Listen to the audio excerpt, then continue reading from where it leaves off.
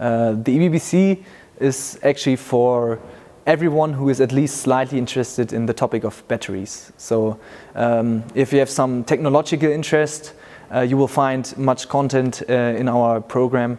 But also if you have more interest on the market perspective of things, you can find a lot of interesting content. So we at the EBBC, we offer a wide variety of everything that could be interesting for you around the battery. So we have different topics. We bring in our team different perspectives together to really look at all the aspects around the battery, from the battery cell itself, the technology, the physics inside, to the whole cosmos around the battery.